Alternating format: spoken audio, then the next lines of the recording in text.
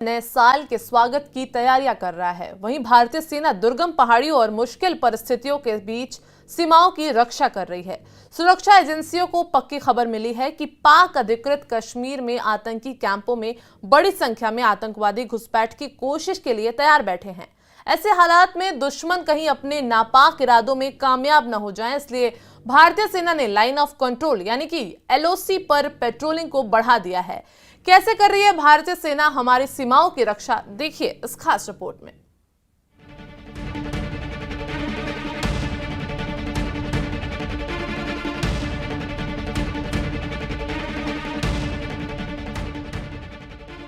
Line of control पर इस समय ज्यादातर चोटियां बर्फ की मोटी चादर से ढकी हुई है, जिससे भारतीय सेना के सामने चुनौतियां काफी बढ़ गई हैं। ऐसे में सेना अपनी तीसरी आंख यानी ड्रोन का इस्तेमाल कर रही है। ड्रोन की मदद से सेना दूर से ही ये सुनिश्चित कर पा रही है कि कहीं दुश्मन ने सीमाओं पर घुसपैठ के लिए कोई जाल तो नहीं बिछाया है। जो सिक्योरिटी फोर्स के लिए चैलेंज आप देख सकते हैं कि जो मेरा पाँव है, आप देखें कि बर्फ के नीचे धंस गया है, कितने चैलेंजेस होते हैं। और इस चैलेंजेस का सामना करते हुए जिस तरह से हमारे सिक्योरिटी फोर्सेस जाबाजी के साथ दुश्मन का मुकाबला करते हैं, ये वाकई ही काबिले तारीफ है।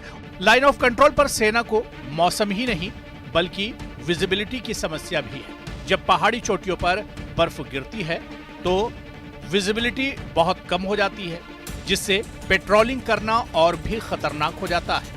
इस दौरान पहाड़ों की ढलानों पर पेट्रोलिंग करने से खाई में गिरने का खतरा होता है।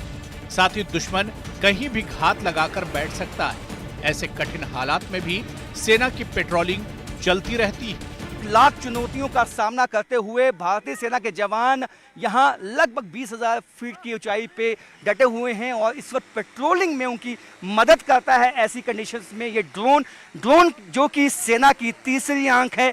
और क्योंकि इस वक्त साल के इस वक्त चुनौतियां बहुत ज़्यादा होती हैं, क्योंकि स्नो बाउंड इलाके में मैं मौजूद हूँ, 20,000 फीट की जो है ऊंचाई है। और ऐसे में दुश्मन की कोशिश होती है एम्बुश लगाया जाए, जबकि सेना पेट्रोलिंग करती है और पेट्रोलिंग पार्टी पे हमला किया जाए। और हमने देखा भी है कि एलीट फोर्सेस पे जो हमले हैं पिछले 2 साल में, वो लाइन ऑफ कंट्रोल के पास बड़े हैं। सीमा पर से घुसपैठ को रोकने के लिए भारतीय सेना ने हाल के कुछ समय में लाइन ऑफ कंट्रोल पर अपनी अग्रिम पोस्टों की रणनीति में बदलाव किया है। इसके साथ ही सेना ने अपने हथियारों को भी और अधिक आधुनिक बनाया है, ताकि दुश्मन को दूर से ही निशाना बनाया जा सके और पाकिस्तान की हर घुसपैठ की कोशिश को नाकाम किया जा सके।